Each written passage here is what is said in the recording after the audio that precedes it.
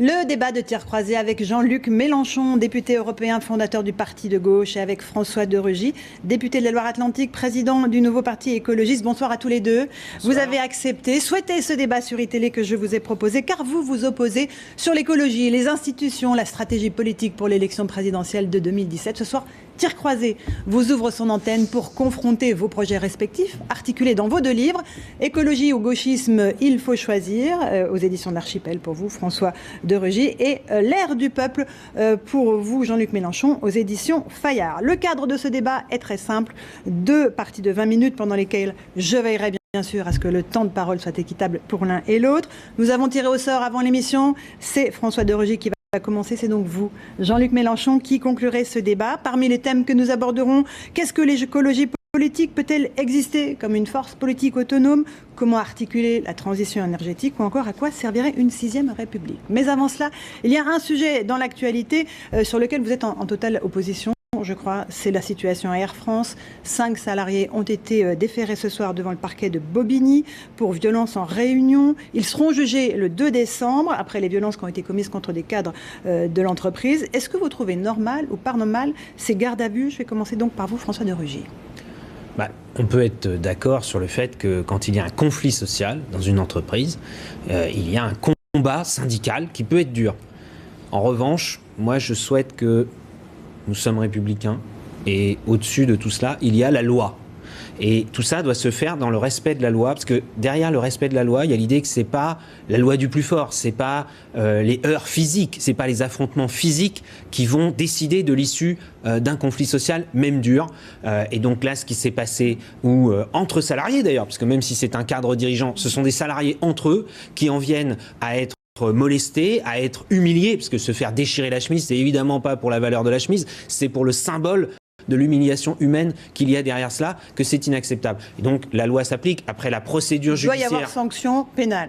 En tout cas, il doit y avoir une procédure qui va établir les faits et qui va ensuite décider, dans le cadre d'une procédure contradictoire au tribunal, s'il doit y avoir condamnation. Moi, je ne le dis pas d'avance, mais ce que je sais, c'est qu'il faut respecter la justice. Parce que la justice, c'est pas quand on est d'accord. C'est la justice toujours. Après, on peut contester les gardes à vue des 6 heures du matin, la durée de la garde à vue, mais ça, c'est quelque chose de plus général sur la procédure judiciaire. Votre avis sur la question? On le connaît, François de Rugy est choqué par l'image de la violence faite à ceux qui sont venus annoncer, sans avoir l'intention de discuter, les suppressions de postes. Je le comprends. Personne ne se réjouit du spectacle de la violence. Personne, ni même ceux qui l'ont commise. Vous le savez bien, François de Rugy, ce sont des situations qui dépassent les intentions des gens. Mais vous leur dites de recommencer? Je leur dis que d'abord, je dis ce que je veux, et je précise que je suis d'abord solidaire des personnes qui vont perdre leur emploi. Et c'est cette violence-là qui, moi, me parle le plus, qui parle à mon cœur d'homme, de père, de tout ce que vous voudrez. Parce que je sais de quel prix ça se paye. Nous avons vu comment quelqu'un comme Xavier Mathieu nous a raconté ce qu'a été la lutte des Conti. Vous savez qu'ils ont été humiliés et traités de tous les noms. Et pour finir, c'est l'entreprise qui n'avait pas à licencier. Voilà. Donc c'est cette violence-là à laquelle moi je suis le plus sensible, à l'humiliation de milliers de braves gens qui ont fait des efforts énormes ces dernières années. Alors après...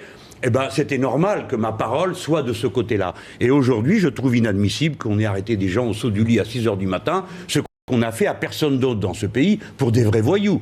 Voilà, je n'en dis pas plus. J'estime que je suis heureux qu'ils soient en liberté. J'espère que leur famille est rassurée. Vous leur avez dit de recommencer, de ne pas avoir peur. Il y a un syndicat de très petites entreprises qui a décidé de porter plainte contre vous pour incitation à l'agression. Il y a un syndicat de dirigeants de TPE, de très petites entreprises, qui portent plainte contre vous pour incitation à l'agression. Ils disent que les chefs d'entreprise ont peur. Oui, non, je sais pas. C'est grotesque.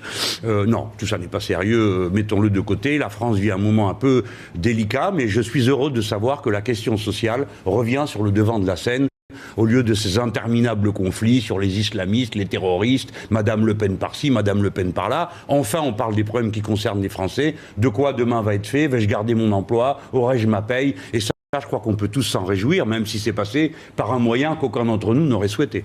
Le dialogue social, il est possible aujourd'hui dans notre pays. À quelles conditions, François de Rugy? Oui, je crois qu'il est possible. Je crois d'ailleurs que beaucoup de syndicats le souhaitent, qu'il y a des dirigeants d'entreprises qui le pratiquent plus ou moins. Et nous pouvons être d'accord sur le fait qu'il y a des entreprises où les rapports sociaux sont de plus en plus durs. Les rapports de travail sont parfois de plus en plus durs. Mais il y a aussi beaucoup d'entreprises où, heureusement, beaucoup de salariés sont heureux de travailler. Il ne faut pas non plus décrire l'entreprise comme un enfer sur Terre. Pour beaucoup de salariés, c'est un endroit dans lequel on peut non seulement gagner sa vie, mais aussi rencontrer d'autres gens et avoir la fierté. Le président de la République a été au chantier naval de Saint-Nazaire. C'est dans la région dont je suis l'élu, en Loire-Atlantique. Eh bien, c'est la fierté. Non seulement c'est la fierté des salariés, qu'ils soient ingénieurs, du dirigeant de l'entreprise jusqu'aux ouvriers, en passant par les techniciens, les ingénieurs, et aussi, je peux vous dire, les habitants de Loire-Atlantique, ils sont fiers qu'il y ait ces paquebots qui soient construits, et je pense que la France entière peut être fière. Donc il faut avoir l'idée que l'entreprise, c'est un lieu où il se passe des choses parfois difficiles, mais où il y a aussi de belles réussites. On a montré une image dans le journal d'un syndicaliste CGT qui a refusé de serrer la main à François Hollande, justement cet après-midi à Saint-Nazaire. C'est normal ? Je pense que ça correspondait à ce qu'il voulait faire. Il y est arrivé, je lui dis bravo, il voulait qu'on entende sa voix, il a fait entendre sa voix. Bon, alors on va tout bien. Il fallait serrer la main parce que c'est pas poli, l'ouvrier, tu n'es pas poli. Hein, c'est toujours la même histoire. À l'ouvrier, on va reprocher toutes sortes de choses. Je laisse tout ça parce que pour moi, c'est secondaire. Je veux aller dans le sens de François de Rugy sur un point. Trop souvent, on ne parle de l'entreprise. Il y a quelque chose qu'on ne voit pas. Une entreprise, c'est un collectif de travail. C'est-à-dire qu'on produit quelque chose, on a le droit d'avoir une interrogation sur la façon de le produire, sur ce que l'on produit, sur comment on l'échange. Et c'est qui va nous amener à notre débat. La classe ouvrière, les salariés, sont la première ligne de la bataille écologique. Pourquoi ? Parce que le premier qui va savoir ce qu'il y a dans le produit, le premier qui va être malade si jamais on utilise des saloperies, c'est l'ouvrier. Comme c'est le paysan. Les premières victimes de l'agriculture productiviste, ce sont les paysans qui se chopent toutes les maladies de la terre à cause des saletés qu'on met dans la terre. Donc l'entreprise, par ce qu'elle produit, par les niveaux de qualification attendus de son personnel, est la première ligne de la bataille écologique. Si nous changeons demain le système, ça commencera par la participation de ceux qui sont en première ligne. Et le mois, à la fin du mois, là j'organise des assises avec mes camarades, où tous ceux qui viennent sont des travailleurs en lutte, mais qui viennent présenter le volet écologique de leur lutte. Et ça, François de Rugy, je crois que bien sûr, l'écologie politique, nous avons une dette à son égard, à l'égard des Verts, à l'égard de personnes comme vous. Ça, c'est absolument certain. Mais nous, ce que nous avons amené, c'est cette masse immense de gens qui avaient envie de bien faire, d'être utiles à la société. Bref, pour moi, la classe ouvrière est une classe écologiste. Vous êtes d'accord avec ça, François de Rugy ? Oui, mais c'est amusant. Vous dites toujours les travailleurs en lutte, par exemple. Mais il y a tout simplement des travailleurs au travail qui font leur travail, qui sont, comme vous dites, qui peuvent s'interroger d'ailleurs sur le sens de la production qu'ils font. Et parfois, ce sont des salariés dans des entreprises, on appelle ça d'ailleurs les lanceurs d'alerte, qui tirent la sonnette d'alarme sur telle ou telle dérive. Parfois, au contraire. Il faut le reconnaître. Il y a des salariés qui ont dit, par exemple, pas touche à l'amiante à une époque, parce qu'il y avait l'idée que c'était des emplois et qu'il ne fallait pas toucher aux emplois. Il y a des syndicats qui s'interrogent. Moi, je vois, par exemple, vous parliez du dialogue social, la négociation sociale. Un syndicat comme la CFDT essaye d'avoir une approche globale. Je vois sur le nucléaire, c'est un syndicat qui a toujours eu des interrogations, alors que la CFDT est implantée dans les entreprises comme Areva ou dans une moindre mesure à EDF. Moi, je crois qu'on peut avoir un dialogue social dans les entreprises, à l'échelle nationale aussi, sur tout à la fois les conditions de travail, les salaires, les conditions de rémunération. Et c'est normal qu'il y ait des négociations et que parfois ce soit un peu dur et qu'il y ait des expressions un peu fortes. Mais ça ne peut pas être, d'une part, le rapport de force violent, ça c'est clair, et d'autre part, plus c'est une approche globale et plus c'est négocié, parce que moi je crois qu'il peut y avoir des luttes parfois, mais on avance par des compromis successifs dans l'entreprise comme en politique. Oui, vous êtes d'accord pour dire, François de Rugy, des compromis. Vous êtes d'accord ? C'est ce que je dis dans mon livre. Donc ça veut dire que c'est pas toujours les... Non, je préfère des réformes par compromis que des révolutions. Oui, ça c'est des mots tout ça. Ce qui compte, c'est les faits. Les compromis, ça veut dire que chacun fait des efforts. Pour l'instant, c'est seulement les travailleurs qui font des efforts. Les salariés, je ne parle pas seulement de l'ouvrier de la base, je parle du cadre moyen, je parle de tous ceux qui ont cru à leur business, c'est-à-dire qui se sont donnés du mal, qui ont pensé que c'était bien de rentrer à la maison avec l'ordinateur pour continuer le travail le soir, qui sont aperçus qu'on leur a volé leur vie et qu'au moment où les choses vont un peu mieux, c'est encore eux qui passent à la caisse. Parce que dans l'affaire d'Air France va mieux, Air France dégage des bénéfices et beaucoup de gens sont liquidés là-dedans, de la base au sommet. de la base au sommet. Il y a donc toute une série de catégories sociales, des cadres moyens, des cadres supérieurs, en plus des salariés qui comprennent que ce mode de production est absurde. Parce qu'il n'y a qu'un seul objectif en vue, c'est le profit, pas le résultat de l'activité humaine. Parce que pour le reste, la compagnie Air France est considérée comme une bonne compagnie, qui a un taux de remplissage extrêmement satisfaisant.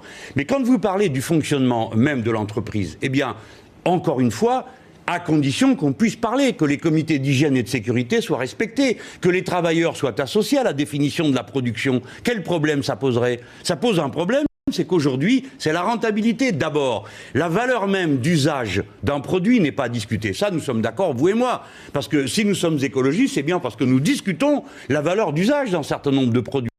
Nous nous insurgeons contre l'utilisation d'un certain nombre de produits et nous ne sommes pas d'accord pour qu'un certain nombre de marchandises soient mis sur le marché parce que nous estimons qu'elles servent à rien et qu'elles produisent que des déchets et du gaspillage. Là-dessus, on est d'accord. François de Rugy, dans votre temps de parole, on va en venir à la question que vous posez dans votre livre « Écologie ou gauchisme ». Est-ce qu'il faut choisir? Est-ce qu'il faut nécessairement choisir entre les deux? Est-ce que l'écologie est forcément de gauche ou pas? On peut avoir un débat très long, savoir si l'écologie est, comme vous l'avez dit au début, une force politique autonome. Je réponds oui.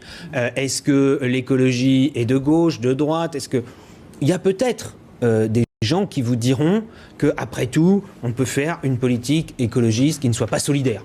Voilà, on va augmenter les prix de l'énergie brutalement et puis ça fera réduire l'effet de serre. Moi, je fais le choix. Les uns et les autres font des choix d'une écologie solidaire. Donc je pense qu'elle penche plutôt à gauche. Une écologie démocratique. Oui, une écologie progressiste qui croit en effet à l'amélioration des choses. L'écologie, c'est l'amélioration de la qualité de vie, donc on pourrait dire, avec un langage plus ancien, des conditions de vie. À une époque, on disait plutôt les conditions de vie des travailleurs, conditions de vie des citoyens. Tout le monde n'est pas... La vie ne se réduit pas non plus à la vie dans l'entreprise, heureusement. Et donc, il y a cette amélioration de la qualité de vie dans une logique de progrès. Il y a aussi la notion démocratique. Moi, je suis attaché à ce que le changement soit démocratique. On fait avec les gens, on fait avec les citoyens, on n'impose pas brutalement. Mais peut-être certains pourraient défendre une vision écologique autoritaire. Moi, ce n'est pas mon choix. Donc oui, je crois qu'il faut choisir. Et quand je dis écologie ou gauchisme, il faut choisir, c'est parce que je vois qu'il y a l'idée, certains sont de plus en plus loin des responsabilités. C'est pas forcément Monsieur Mélenchon que je pointe du doigt d'ailleurs. C'est certains AELV qui disent il faut surtout pas exercer les responsabilités, il faut pas se salir les mains, c'est le reniement, c'est la trahison. Le compromis devient la compromission et ainsi de suite. Moi je dis, de ce point de vue-là, il faut choisir. Quand on prend la peine d'écrire un livre, ça je crois que c'est un point commun entre nous deux, c'est qu'on prend la peine de s'arrêter un peu dans le tumulte politico-médiatique et on prend la peine d'écrire ce que l'on pense, d'argumenter, de se soumettre au débat. La preuve aujourd'hui, ce sont ces deux livres qui suscitent le débat et en effet de choisir. Et c'est ce que je fais, je crois, dans mon livre, modestement. Jean-Luc Mélenchon, écologie et gauchisme, elles vont-elles de pair? Est-ce qu'elle est de gauche ou de droite? Spontanément, je suis un homme de gauche, je vais vous dire voilà, la solidarité, le partage. Mais j'ai essayé d'élever mon point de vue à un autre niveau dans mon livre. Je parle d'intérêt général humain. Je mets donc en avant quelque chose qui ne porte pas d'étiquette. Nous tous, êtres humains, quelles que soient nos convictions politiques, nous dépendons d'un seul et unique écosystème. Il y a donc un intérêt général humain. Et nous sommes tous semblables, ce qui, d'une part, montre qu'il y a des biens communs, ruine l'idée raciste, d'après laquelle on serait différent, et il y a un intérêt général humain. Je pense que qu'on soit de gauche ou de droite, on peut accéder à la compréhension de l'intérêt général humain. Regardez, il y a au moins un exemple, je vais vous surprendre, je suis d'accord avec le pape dans ce qu'il écrit sur sa manière de présenter la défense de l'environnement. Pourtant, nous ne partons pas des mêmes prémices. Mais nous arrivons à la même conclusion. Dès lors, je pense que l'enjeu pour nous n'est pas de nous battre pour des étiquettes, mais de nous battre pour cet intérêt général. Alors évidemment, vous me direz, qui est-ce qui décide quel est l'intérêt général? Bon, eh bien ça c'est la démocratie. Donc on doit confronter nos idées. Par exemple, dans notre... Bon, vous êtes dans une séquence un peu particulière, et je vous donne acte du fait que vous écrivez ce qui, entre vous et moi, crée un lien, parce que nous respectons l'écrit à la pensée de l'autre. Je vous ai lu, c'est vous qui avez écrit. Bon, j'étais prof de français, donc je repère les pompeurs très facilement. Donc nous écrivons pour nous comprendre. Moi, je pense que nous avons des points communs, au-delà de nos oppositions. Je trouve que vous êtes très dur avec moi. Vous voulez jamais de moi. Les socialistes, oui. Les centristes, oui, mais moi, non. Pourtant, vous et moi, nous sommes d'accord, par exemple, nous serons d'accord pour la règle verte. Vous savez, j'ai proposé ça pendant la campagne. C'est-à-dire, on ne prend pas plus à la nature que ce qu'elle peut reconstituer. C'est un magnifique défi technique, parce qu'en réalité, personne ne sait comment on doit faire au juste. Il faut donc chercher. Et qui va trouver? Pas 3-4 têtes d'œufs dans un bureau. Les gens à l'entreprise, dans le travail, dans la recherche scientifique vont trouver. Donc, vous et moi, on sera d'accord pour dire que pour imposer la règle verte, on va donner la priorité à l'investissement, à la recherche, à la science, à la parole ouvrière et salariale, plutôt que au comptable qui vient dire il faut me cracher du 10% de rendement à la fin de l'année. Ça, c'est un point qu'on aura en commun. On peut faire avancer cette idée, vous à droite, moi à gauche, la faire avancer des deux côtés à la fois. François de Rugy, est-ce que vous ne voulez pas de Jean-Luc Mélenchon?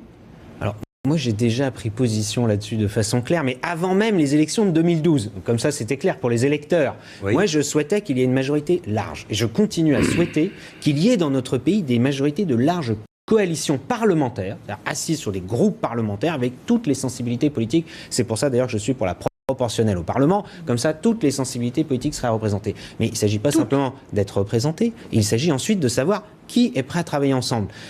La divergence qui me semble être et de méthode et de fond, c'est qu'on ne peut pas faire tout seul dans son coin en disant c'est mon programme, à prendre ou à laisser. Moi, je suis écologiste. Je crois profondément qu'il faut une transformation écologiste de l'économie, par exemple, qui est un défi en effet énorme. Mais je ne vais pas le faire tout seul dans mon coin. Je ne vais pas attendre d'avoir 50% des voix pour mon nouveau parti écologiste. Et je vais donc travailler avec d'autres et je vais accepter des compromis avec d'autres. Donc la question, c'est quel compromis on accepte. Il faut accepter déjà l'idée du compromis, de la négociation, d'avancer progressivement. Je parlais tout à l'heure de la révolution, pas simplement une provocation comme ça sur les mots. J'ai vu dans votre livre, j'ai lu dans votre livre que vous voyez les ferments de la révolution, par exemple dans les villes aujourd'hui et dans l'urbanisation. Je parle d'une révolution citoyenne. Oui, pourquoi pas, mais c'est quand même toujours la même idée. On attend qu'un jour se produise le soulèvement populaire qui va produire la révolution. Moi, je crois que c'est par la réforme et les réformes successives, grâce à des compromis, qui pourraient être avec des gens comme vous, si vous en acceptiez le parti. Puis après, il y a la question, quand vous dites la règle verte, des choses comme ça, vous reconnaissez vous-même que c'est un peu abstrait, un peu théorique aujourd'hui. Donc il faut savoir comment on fait. Moi, je suis d'accord pour dire qu'on ne va pas perpétuer le système actuel. Si on perpétue, comment ça marche aujourd'hui, on ne fait pas d'écologie, ou très peu, ou à la marge. La discussion s'arrêtera parce qu'il n'y a plus de planète. Alors, mais le but, c'est pas non plus de revenir à des vieilles idées, même si elles ont cours à gauche depuis parfois des siècles, sur la planification, par exemple. Et tout serait planifié d'en haut, serait décidé, même si c'est décidé politiquement. Puis ensuite, tout s'appliquerait de façon autoritaire partout dans le pays. Moi, je crois plutôt aux choses qui viennent par en bas, et qui viennent par en bas par non seulement les citoyens, les associations, les entreprises, l'initiative, l'esprit d'entreprise, l'innovation portée par des chercheurs, des créateurs. C'est aussi par des entreprises. Dans le domaine de la transition énergétique, vous le savez très bien, le monopole, par exemple, qui était celui d'EDF, c'était le monopole du nucléaire. Il faut avoir une diversité de solutions écologiques pour l'énergie, et donc il faut avoir une diversité d'acteurs. Une réponse rapide de Jean-Luc Mélenchon. Oui, il ne faut pas donner des angles à une discussion qui n'en sont pas. Je suis pour la planification, et la planification écologique, c'est-à-dire l'organisation rationnelle, pensée, discutée de la production et de l'échange. Mais ça n'a jamais voulu dire qu'on décide tout depuis Paris. Vous prenez l'exemple de l'énergie. Vous êtes pour la décentralisation? Mais bien sûr. Ah bon? Mais depuis 17... Dans votre livre, c'était plutôt, vous disiez l'État, le département, la commune, comme si c'était les horizons indépassables. Ça, c'est de la décentralisation, non, les départements et la commune. Enfin, vous voyez bien. Non, c'est pas de la décentralisation. Le fait d'avoir 36 600 communes en France, c'est très bien, qui ne permettent pas. Non, je suis désolé, attendez, monsieur de Rugy. 200 habitants ne permettent pas ne changeons pas. Un certain nombre de changements. Ne changeons pas de sujet, mais plus il y a de démocratie, mieux on se porte. Bon, est-ce qu'il peut y avoir plusieurs intervenants et acteurs? À l'évidence. Mais il y a des choses qui, elles, procèdent de l'intérêt national. Par exemple, vous parlez d'énergie. Essayez, monsieur de Rugy, de faire fonctionner un système électrique dans un pays si vous n'avez pas un réseau qui est contrôlé nationalement. C'est impossible. Vous savez pourquoi il y a EDF? Moi, je suis même pour un réseau européen. Écoutez, vous savez pourquoi il y a EDF? Oui, vous savez pourquoi il y a EDF? Parce qu'avant, il y avait des compagnies électriques et c'était impossible d'arriver à harmoniser tout ça. Aujourd'hui, vous acceptez la loi sur la transition énergétique dans laquelle sont prévues la vente au privé des barrages. Eh bien, allez voir les 5 barrages qui moulinent la même quantité d'eau qui va servir notamment à fournir de l'électricité de secours à la centrale de Blaye si on devait en interrompre le fonctionnement. Et imaginez-vous qu'on va vendre les 5 usine qui turbine la flotte à des entreprises différentes. Eh bien, monsieur de Rugy, voici le résultat. Quand l'État dira « stop, il y a trop d'électricité, vous devez arrêter de produire », eh bien, celui qui aura acheté tel barrage dira « mais moi, ça me coûte de l'argent, donc vous devez payer ». Monsieur de Rugy, à partir de là, celui qui doit interrompre, couper la production électrique va y réfléchir à 2 fois. Or, pourtant, l'urgence pourrait motiver qu'il coupe immédiatement l'électricité. Donc, vous voyez, il faut marier le national et le local. Et surtout, il faut planifier. On en parlera dans un instant. Voilà, on se retrouve avec Jean-Luc Mélenchon et François de Rugy autour de notre débat sur l'écologie et la gauche. On va parler de la stratégie politique pour 2017. On va parler de la 6e République que vous réclamez, Jean-Luc Mélenchon. Mais avant cela, François de Rugy, vous avez du retard dans le chronomètre, 1 minute 40 à peu près de retard. Vous allez répondre à l'interpellation de Jean-Luc Mélenchon qui vous parlait de la question des barrages et de la production électrique. Dans l'énergie, vous critiquez la loi sur la transition énergétique. Moi, je pense au contraire que c'est un bon exemple. C'est un bon exemple d'abord parce qu'on l'avait annoncé avant les élections. C'est quelque chose que nous avions annoncé en commun, François Hollande, comme candidat à l'élection présidentielle, nous, les candidats aux élections législatives, on l'a fait. Ça a mis un peu trop de temps à mon goût d'ailleurs, 3 ans, mais on l'a fait. C'est bien de faire ce qu'on a dit. François Hollande avait dit, on va amorcer la baisse de la part du nucléaire de 75 à 50%. C'est un virage comme jamais on en a connu dans l'histoire de la France depuis les années 70 et le lancement du programme électronucléaire. Et qu'est-ce qu'on fait dans cette loi? On fixe des objectifs, on donne le cadre, on donne la perspective. Voilà la direction vers laquelle il faut aller. On se donne des moyens de régulation. C'est-à-dire que le politique, avec l'État, avec ses moyens, va avoir des moyens de régulation. Mais ensuite, on laisse les acteurs se développer pour faire. C'est qui les acteurs? Parce qu'il faut être précis. C'est les entreprises publiques et privées. Il y a des entreprises publiques. EDF en fait partie, même si son statut a changé. C'est une entreprise à 85% publique. Et les entreprises publiques, c'est pas une garantie contre les faillites. Regardez Areva. Areva, grosse faillite, entreprise très majoritairement publique. Ce sont des entreprises semi-publiques. Ce que vous avez dit sur les barrages n'est pas tout à fait vrai, puisque en l'occurrence, ce sont des entreprises d'économie mixte.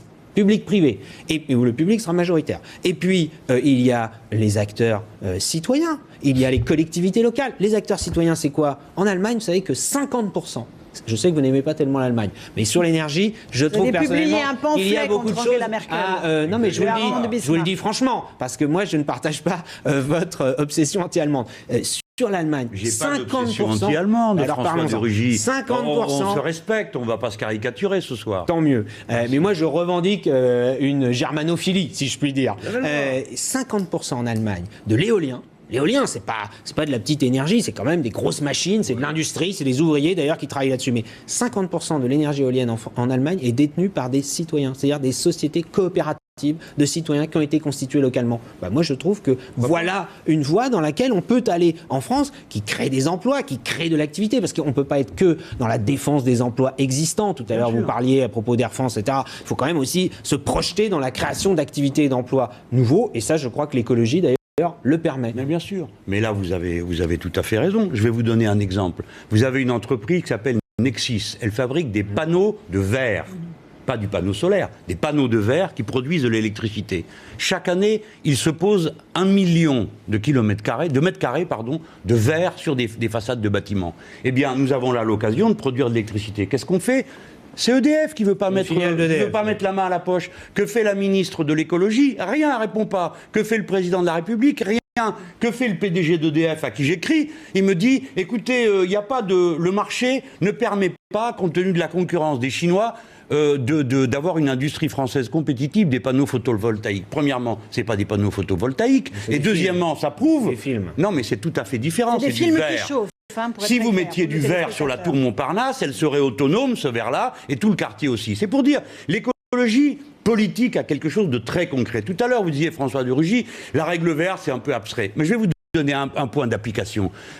Comment on dit à nos ingénieurs, à nos techniciens, à nos ouvriers? On leur dit, écoutez, voilà, l'objectif, zéro déchet, pardon. Il y en a assez de ces montagnes d'emballage de tous les côtés. Ça, c'est très concret. Tout le monde se met au travail. Je ne vous dis pas qu'on va y arriver en une semaine, mais comment on planifiera? Planifier, qu'est-ce que ça veut dire? Prévoir, organiser, mettre en relation un compartiment avec l'autre, prévoir la formation des gens, car tous ces métiers-là, ils s'apprennent, ça tombe pas du ciel. C'est ça que ça veut dire planifier, François de Rugy. Et c'est ça qui est important de bien faire comprendre. Nous sommes dans le concret. C'est pourquoi je vous parle de planification, c'est pourquoi je vous parle de règles vertes, et c'est pourquoi, puisque vous parliez d'énergie, je me permets de vous dire que je n'ai pas la même appréciation que vous sur cette fameuse loi de transition énergétique. Non, François de Rugy. Ça n'est pas une décision. Ils ne l'ont pas voté d'ailleurs. Mais oui, mais je vais vous dire, ils n'ont peut-être pas les mêmes raisons que moi. Vous voyez, je vous fais cette concession. Oui, mais ils ont bien eu raison. Parce que ça revient à dire que nous avons institutionnalisé le nucléaire dans notre pays en maintenant son niveau auquel il est aujourd'hui. Car ce qu'on prévoit, c'est le développement de la consommation d'énergie et ça restera 50%. Non, pas vous, Monsieur Mélenchon. Vous êtes un parlementaire. C'est inscrit dans la loi que c'est plafonné. Oui. La consommation est plafonnée au niveau d'aujourd'hui. Vous l'avez dit. Donc il faudra décroître. Attendez, la consommation est plafonnée et par conséquent, elle restera au niveau où elle est. Là, non. Bon. Ça justement, c'est ceux qui disent on n'y arrive jamais. Les lois, c'est pas des avancées. C'est ce que j'appelle la tribu des jamais contents. Vous n'êtes pas dans la tribu des jamais contents quand même. Monsieur de Rugy, chacun ira vérifier qui de vous dans le texte de la loi a raison dans cette circonstance. En attendant, ce que vous ne pouvez pas retirer de mon propos, c'est que cela revient à dire que le nucléaire reste le cœur de l'énergie de ce pays. Et moi, je vous propose au contraire de demander au pays ce qu'il en pense. Est-ce que vous êtes d'accord avec moi pour dire organisons un référendum pour que, pour la première fois, le peuple français puisse dire ce qu'il pense d'une énergie qui a beaucoup apporté à notre pays. Ceux qui l'ont inventé croyaient bien faire. Mais aujourd'hui, nous savons que c'est un danger immense. Donc tout le monde a le droit de donner son avis. Et ce débat traverse toutes les familles politiques. Il traverse la mienne. Le Front de gauche est partagé sur le sujet. Oui, pas le parti de gauche, lui, il est clair. Il veut la sortie. Vous voulez la sortie, je veux la sortie. Mais comme vous l'avez dit tout à l'heure, nous ne pouvons pas prétendre imposer notre point de vue à tout le monde. Donc ayons le débat et votons. Pourquoi ? Je veux le dire aux Français. La conséquence du changement climatique, c'est que la mer monte. Quand la mer va monter d'1 mètre, ce qui va se produire, la centrale de Blaye est noyée. La centrale de Blaye est à 50 km de Bordeaux. En 1999, il s'en est fallu d'un cheveu qu'elle ne vienne à disjoncter, si j'ose dire. Donc les Français ont le droit de donner leur avis sur cette question écologique. Et le dire, ce n'est dire du mal de personne. François de Rugy qui a du retard sur le chrono. Le référendum sur le nucléaire, c'est Danny Cohn-Bendit qui avait été aussi un des premiers à le défendre. Pourquoi pas ? Moi, la seule question que je me pose, c'est la question. Quelle serait la question posée aux Français ? Une question intelligente, si possible. Est-ce que c'est la sortie du nucléaire en 10 ans, 20 ans, 30 ans, 40 ans ? Est-ce que c'est... Bon, on voit bien que c'est un peu complexe. Je pense pour le coup que sur un sujet comme ça, le débat parlementaire a aussi son intérêt et peut amener à des évolutions par la loi qui sont efficaces. Mais moi, je n'écarte pas le référendum, contrairement à beaucoup d'autres responsables politiques qui ont un peu peur de l'expression populaire. Moi, je n'ai pas peur de la souveraineté populaire qui s'exprime par le référendum. Donc, je pense que ça pourrait être bien. Mais je me dis, il faut avoir eu avant le débat, on l'a eu, et il faut avoir une perspective. Donc, après tout, on aurait pu dire, la loi, après l'avoir débattue, on la soumet à référendum. Pourquoi pas ? Nous, on a fait quelques études d'opinion qui montrent d'ailleurs que cette loi est plutôt soutenue et qu'en France, il y a plutôt une majorité pour une sortie progressive. Est-ce qu'un écologiste aurait fait mieux sur cette loi de transition énergétique ou pas, François ? Ah oui, c'est évident. Mieux que Ségolène Royal. Mais là, je le dis sans hésitation, un ou une écologiste qui aurait été ministre de l'écologie, ce qui aurait été possible, puisque c'était sur la table dans un contrat de coalition avec François Hollande et Manuel Valls en avril 2014, bien sûr qu'un ou une écologiste aurait porté une ambition plus forte, aurait mené des bras de fer au sein du gouvernement, parce que l'écologie, ça se fait pas tout seul.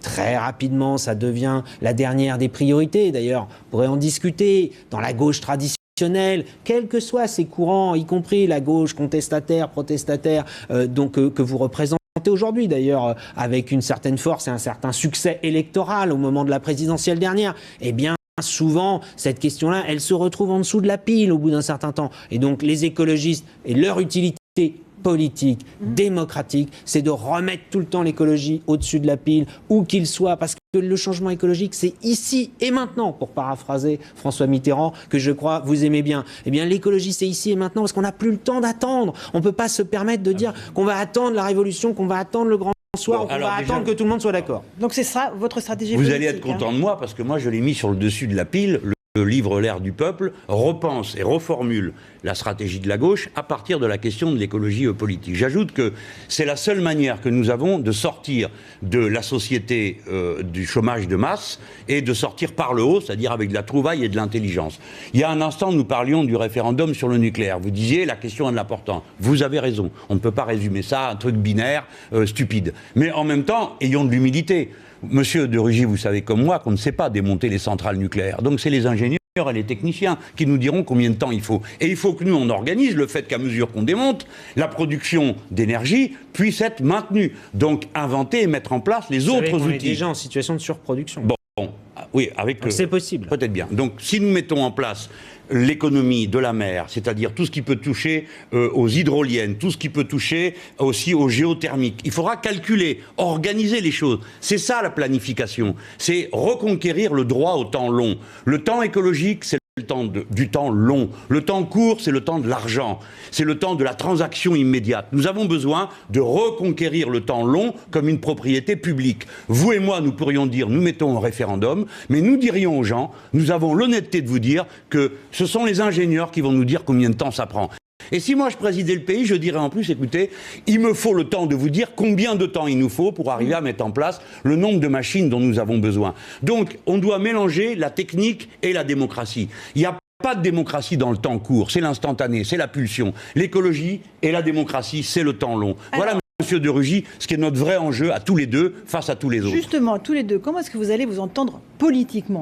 Il y a des échéances, il y a les régionales qui arrivent, la présidentielle derrière. Comment est-ce que vous, qui avez quitté Europe Écologie Les Verts pour créer un nouveau parti écologiste, vous allez pouvoir discuter avec la gauche de Jean-Luc Mélenchon? Est-ce qu'il y a des passerelles possibles pour les prochaines échéances électorales? Quand je dis qu'il faut faire de l'écologie ici et maintenant, c'est concret. Pour les prochaines élections régionales, par exemple, il y a deux possibilités.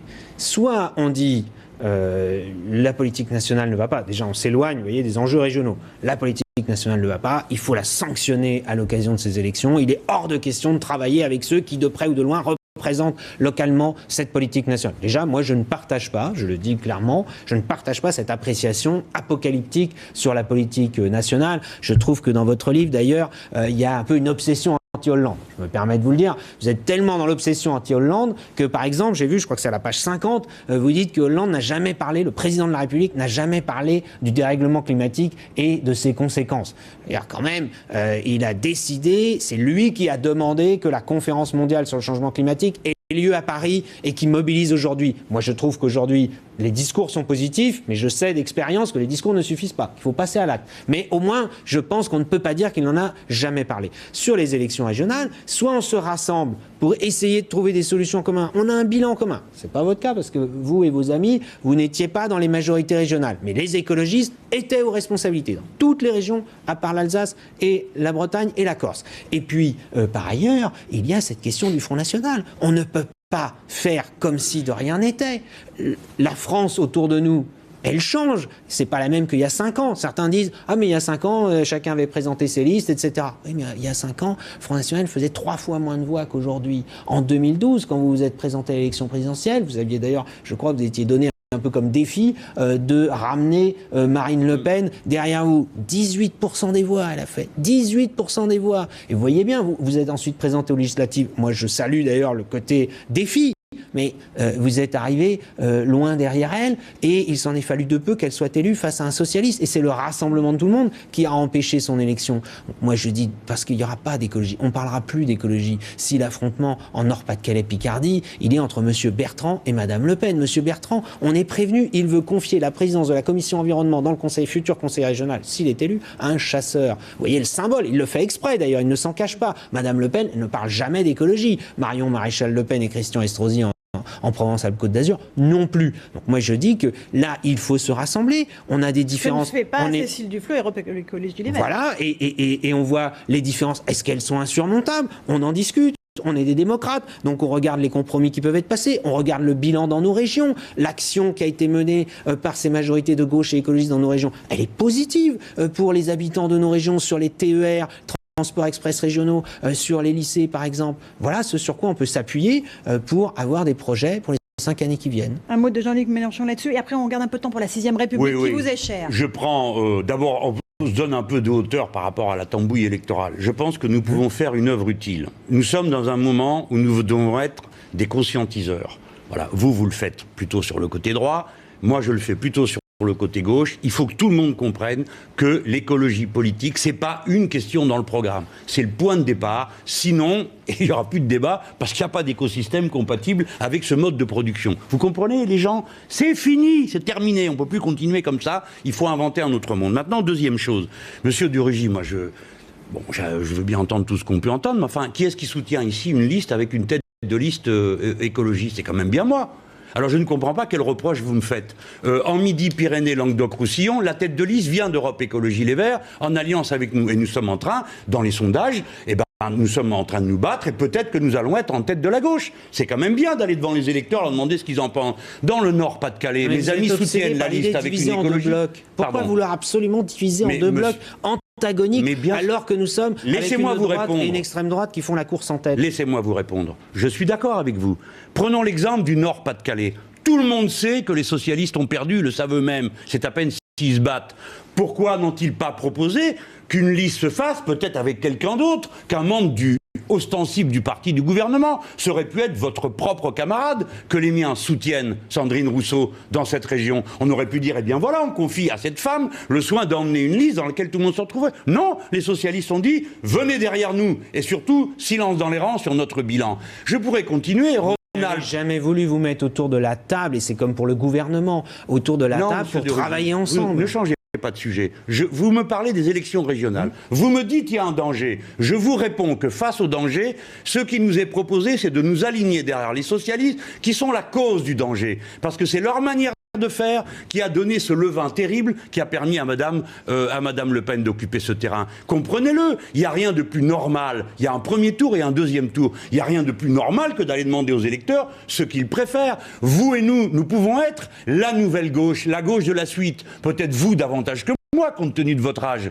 Vous comprenez? C'est ça qu'il faut proposer au peuple français. Il ne faut pas avoir peur de la démocratie et de faire des bricolages d'apparatchiks qui font des listes et après on vient avec le revolver leur mettre sur la tempe en leur disant c'est ça ou le Front National. Ce n'est pas acceptable. Et je suis sûr que vous-même, vous êtes d'accord avec ce que je viens de dire. Vive la démocratie par-dessus tout. Il y a 2 tours. Donc au premier tour, on doit essayer de faire une offre totalement nouvelle. On peut le faire ensemble, d'ailleurs on le fait dans 3 ou 4 régions. Vous n'allez quand même pas le renier, non? Non, on ne le fait pas parce que moi je ne suis plus à ELV, en partie pour cette raison-là. Justement parce que je ne souscrivais pas à cette stratégie, et c'est un peu ce que je disais déjà dans mon livre, et quand je dis écologie ou gauchisme, il faut choisir, parce que une des caractéristiques... C'est pas gauchisme, moi. Mais une des caractéristiques, allez, on va dire de la gauche radicale, de la gauche rouge, comme vous disiez tout à l'heure, c'est de régulièrement dire la gauche de gouvernement n'est pas assez à gauche. La thématique de la trahison, du reniement, dès qu'on est au pouvoir. Moi, je dis qu'il faut assumer. Dit ça, moi. J'ai été 32 ans socialiste. C'est dans votre... Non, mais Hollande, oui, a renié toutes ses convictions, mais... Je n'ai pas dit que c'était le simple fait d'être au pouvoir. J'ai été ministre, j'ai été président de conseil général, j'ai été maire adjoint dans un... Je n'ai jamais dit que l'exercice du pouvoir était un handicap pour agir. Il faut s'en donner les moyens. Exactement, c'est ce que je fais, par le vote. Quand on est démocrate, puisque vous disiez que c'est la démocratie par-dessus tout, et la démocratie électorale, eh bien, les électeurs écologistes, je ne me prononce pas pour les électeurs du Front de gauche ou du Parti de gauche, ils souhaitent le rassemblement parce qu'ils voient, ce n'est pas vrai cette histoire il suffira de se retrouver au deuxième tour. Vous le savez très bien. D'abord, c'est un peu étrange de dire qu'on va se retrouver au deuxième tour quand toute la campagne de premier tour, elle est faite pour dire ceux-là, ils sont pas bien, il faut les sanctionner, il faut les condamner. Il est bien possible qu'au deuxième tour, on ne se retrouve pas. C'est bien possible. Ah bah alors il faudrait savoir. Je vais vous donner un exemple, Monsieur Durugy. À Grenoble, au deuxième tour, ce sont les socialistes qui ne sont pas venus soutenir notre liste. N'est-ce pas, Monsieur Durugy? Donc ne réservez pas vos critiques combien lorsqu'ils refusent d'aller voter pour des gens qui les ont méprisés. Je vais vous dire, j'ai cité tout à l'heure les 3 régions où il n'y avait pas d'écologistes dans le gouvernement régional, en quelque sorte. L'Alsace et la Corse. Parce que en Corse, il n'y avait pas eu d'écologistes élus. En Alsace, c'est la droite qui gouvernait. Et j'ai cité la Bretagne. Et vous savez que la Bretagne est chère à mon cœur. Je sais que vous avez un petit problème avec la Bretagne, mais moi, elle est chère à mon Qu'est-ce cœur. que vous avez inventé? Et vous savez très bien, Mais vous avez critiqué la culture et le régionalisme breton. Jamais, monsieur. Vous n'aimez pas le régionalisme. Le régionalisme, non. Voilà. Mais Bon. je n'ai pas critiqué la culture messieurs. bretonne. Qu'est-ce que vous racontez de Rugy? Vous faites l'ethniciste, là. C'était Ouais, un petit clin d'œil à vos la électeurs. Bretagne, et les Bretons me comprendront. Mais les Bretons bleus et rouges, ils me comprennent aussi mieux que vous. Nous n'étions pas, par exemple, il n'y a pas de vice-président écologiste auprès des socialistes en Bretagne parce que les socialistes ne l'avaient pas voulu. Et donc, moi, je suis pour le rassemblement, et même quand il faut l'être pour 2 ou pour 3. Parce que, je vais vous dire, je suis pour un rassemblement large, comme je l'ai dit un jour dans un autre débat, qui aurait pu aller de Mélenchon à Bayrou, en passant par les socialistes et les écologistes. C'est ce que nous aurions dû faire en 2012. Et donc, pour les régionales, face à une extrême droite qui fait la course en tête, un débat de deuxième tour, vous le savez très bien, qui risque de se polariser entre la droite et l'extrême droite, il n'y aura plus de place à ce moment-là pour la gauche et les Vous écologistes. êtes quasiment à temps de parole égale. On va passer à la conclusion. François de Rugy, vous commencez, c'est Jean-Luc Mélenchon qui conclura. Alors, 2017, stratégie politique, 6e République, qu'est-ce que vous souhaitez et qu'est-ce que vous voyez pour l'avenir? On ne peut pas parler de la 6e République en conclusion, parce que là aussi, je pense qu'on pourrait être d'accord sur la proportionnelle. Je crois que vous êtes même favorable au vote obligatoire comme moi. En revanche, dire on fait table rase du passé, une de vos camarades, je crois, a sorti un livre, Raquel Garrido, sur la 6e République. Elle dit qu'il faut qu'il y ait une assemblée constituante dans laquelle il n'y a aucun député qui siège actuellement à l'Assemblée nationale, etc. Bon, je trouve que ça, encore une fois, c'est dommage, c'est excessif. On aurait besoin de rassembler. Et moi, je vais vous dire, si ma conclusion, elle devait être sur un point, c'est que l'écologie rassemble.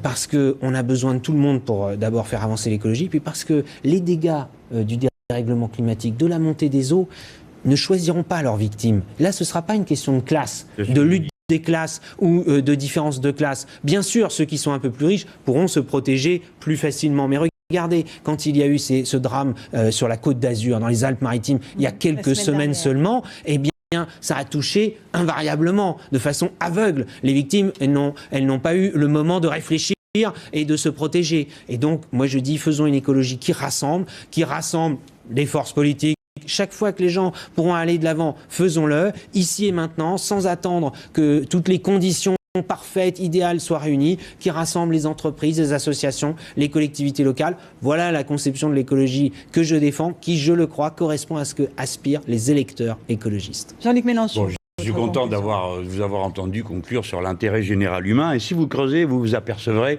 que l'intérêt général humain bute sur des intérêts particuliers, monsieur de Rugy. Il ne faut donc pas avoir de naïveté. Bon.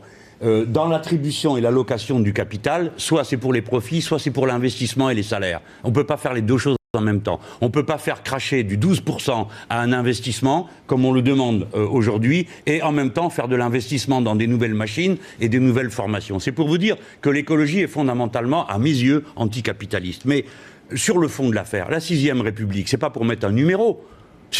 Ça n'a pas de sens. Mais vous-même, vous dites, il faut changer le mode de censure du gouvernement, changer le mode électoral. Bon, eh bien, monsieur de Rugy, proposition de loi. Voilà.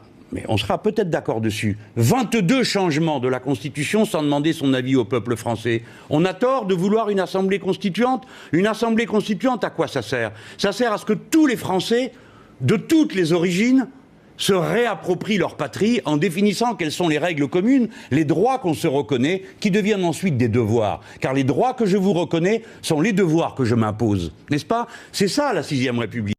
Eh bien, je vais vous dire, il faut répondre à des questions. Vous êtes élu, je suis élu. Alors, comment on concilie ça avec le fait que les gens ont le droit de donner leur avis? Par exemple, c'est la question du référendum révocatoire. Si les gens décident que vous n'avez pas été à la hauteur de votre tâche, ils peuvent lancer une procédure qui débouche sur un référendum dans lequel les gens décident si vous continuez ou si vous partez. Ça existe aux États-Unis, dans 3 États. Ça existe dans certains pays d'Amérique latine. Pourquoi ne le ferait-on pas? Mais pas depuis notre bureau, à vous et à moi, dans une assemblée, à partir de la base, à partir du peuple. On élit une assemblée, on demande que ceux qui sont dans les autres assemblées ne s'y retrouvent pas parce qu'ils auraient tôt fait peut-être d'arranger pour eux. ce nouveau système, ça c'est déjà produit dans l'histoire de France, que l'on ne permette pas à des sortants de se représenter. Qu'est-ce qu'il y a de plus normal que de vouloir refonder cette France qui est si nouvelle à partir de son propre peuple? Monsieur de Rugy, si on avait plus de temps, je suis sûr de vous convaincre. Parce que vous proposez des votes pour, par exemple, des référendums sur le péage urbain. Vous proposez sur le travail du dimanche. Mais alors, sur le nucléaire et la Constitution, là, vous proposez plus rien. Pourquoi? Je vous convaincrai. À tous les deux d'avoir participé pratiquement à la seconde près. Vous avez eu le même temps de parole à ce débat. Je renvoie à vos deux livres, L'ère du peuple chez Fayard pour Jean-Luc Mélenchon, Écologie au gauchisme chez l'Archipel pour François de Rugy. Merci à tous les deux. Merci à Anne Lorrain d'avoir monté ce débat. Tout de suite, dans un instant, le journal sur iTélé. Merci à tous les deux. Bonne soirée sur